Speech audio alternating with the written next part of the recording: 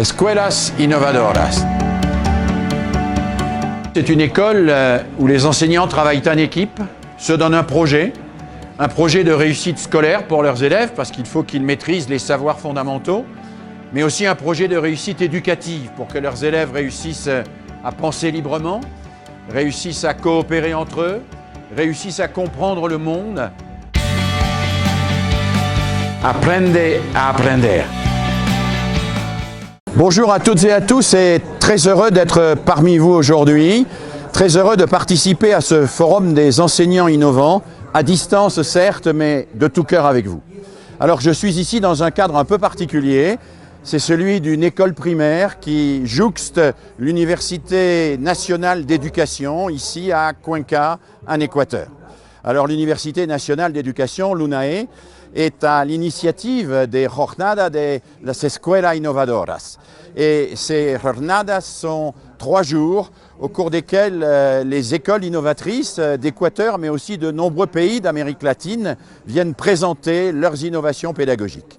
Alors j'ai eu l'honneur de pouvoir introduire ces journées en montrant comment les praticiens pouvaient être de véritables chercheurs sur leur pratique, surtout s'ils bénéficiaient du soutien de chercheurs universitaires qui sont impliqués et solidaires avec eux dans leur travail. Alors l'UNAE est une université particulièrement innovatrice et importante ici en Équateur. C'est la première université qui forme des enseignants en 5 années.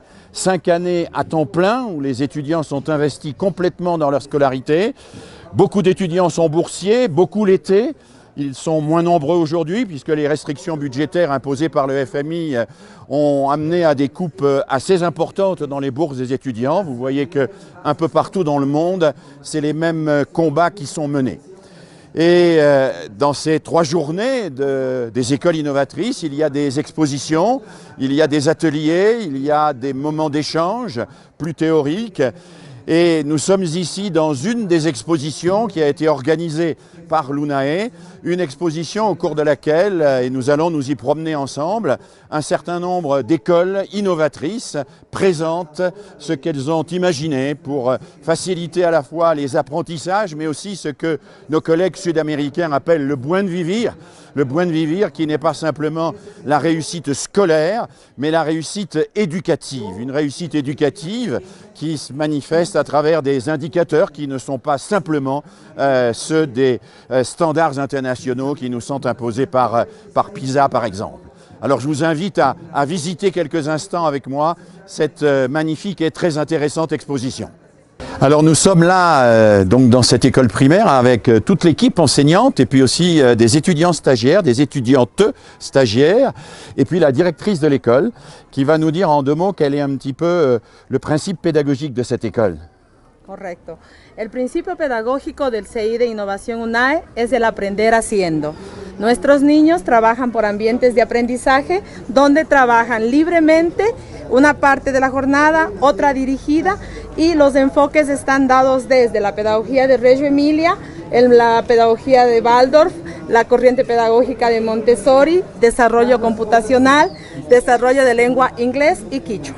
Voilà, alors vous avez compris sans doute qu'ici on travaille sur ce qu'on appelle les ambiances d'apprentissage, c'est-à-dire des cadres qui sont pour une moitié laissés à l'initiative du travail individuel des enfants et pour l'autre moitié en collectif. Vous avez compris aussi qu'on s'inspire de la pédagogie de Reggio Emilia, que l'on s'inspire de toute une série de méthodes pédagogiques avec l'idée que c'est l'enfant qui doit être le plus actif et le plus responsable possible dans ses apprentissages. Alors voilà des étudiantes et un étudiant de 3e année à l'UNAE qui imaginent des petits dispositifs pédagogiques tout simples avec les moyens du bord, très artisanaux, sur les fractions, l'algèbre, les triangles rectangles, le théorème de Pythagore et les probabilités. Alors ça s'adresse à des enfants de 7 à 9 ans. Est-ce que vous pouvez nous dire brièvement qu'est-ce qui se passe?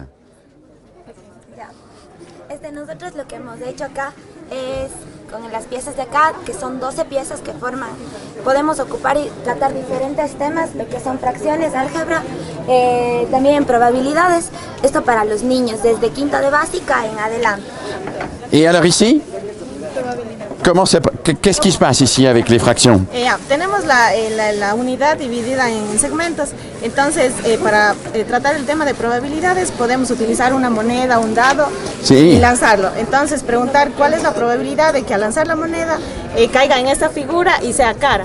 Entonces el estudiante verá que esta figura corresponde a 8/16. Alors, vous avez compris que les enfants doivent travailler sur ces figures et qu'ils doivent repérer la correspondance entre la figure et la fraction. Et il y a tout un travail pédagogique autour de ça. Bravo et merci pour votre initiative. Et alors voilà des étudiantes et des étudiants de 3e année qui se préparent à l'enseignement et qui travaillent particulièrement sur les mathématiques. Alors ils n'ont pas réinventé la méthode de Singapour, mais ils ont inventé une méthode fantastique pour apprendre les identités remarquables au collège. Alors expliquez-nous comment ça se passe là, les identités remarquables. Les cubes représentent une des 3 variables, A, B, C, et on les manipule. Oui. A, B, C. La forma A más B, A más C. Y para la resolución de esto sería A más B y C. Très bien, très bien. Bon, bah avec ça, si les élèves ne comprennent pas les identités remarquables, c'est extraordinaire. Bravo, bravo. Hein. Et continuez bien vos études. Alors ici, nous sommes devant une table d'apprentissage de l'arithmétique. Alors cette table est issue de la tradition locale. Ça s'appelle le Taptania Cagnari. Et cette table permet d'accéder à la multiplication, mais aussi à la division. Alors on commence bien sûr par des choses très simples. On manipule des petits objets qui sont les objets habituels que voit l'enfant, ce sont des graines. On les place progressivement sur cette table percée de trous. Et ce collègue qui va démarrer dans l'enseignement à partir de la semaine prochaine, eh bien, apprend aux élèves comme cela, en s'inscrivant dans la tradition locale, à accéder au savoir-faire arithmétique. Método abierto basado en números. Ok, c'est la numérotation. Alors l'innovation pédagogique, ce sont bien sûr les technologies, le numérique, et il y en a beaucoup ici, même si je ne vous les ai pas beaucoup montrées, puisque c'est des choses que vous connaissez.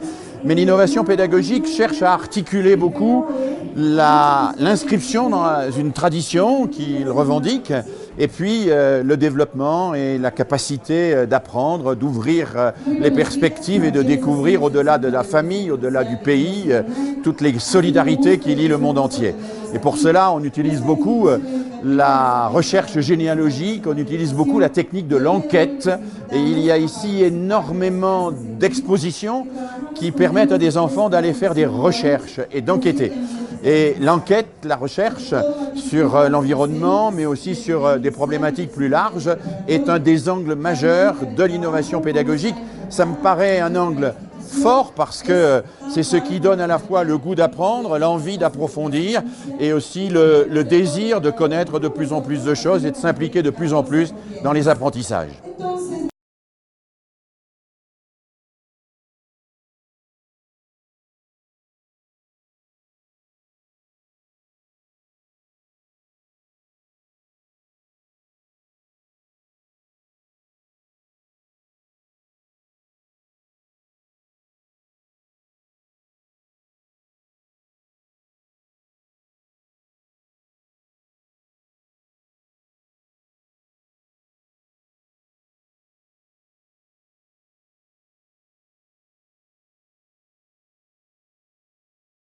Alors je vais maintenant rejoindre les collègues de l'UNAE pour travailler avec eux sur les différents types de regroupements d'élèves dans la classe, avec quels objectifs cela peut avoir, quels résultats on peut en attendre. Alors nous allons mettre en commun nos travaux, nos recherches. Nous allons aussi mettre en commun toute une série d'observations que nous avons faites les uns et les autres à travers les stands. Alors vous avez vu que ces stands étaient pris d'assaut par les enseignants environnants, puisque ceux et celles qui viennent présenter leur travail, parfois modeste, parfois très ambitieux, eh bien, acceptent d'échanger. Et cette grande foire de l'innovation qui se déroule sur 3 jours et dans des tas de lieux permet ainsi à tous les enseignants qui s'y impliquent eh bien, de s'engager un peu plus pour à la fois une innovation et pour surtout un développement véritablement éducatif dans un pays secoué par bien des difficultés et qui a besoin d'une véritable formation à la fois à la pensée autonome et à la démocratie.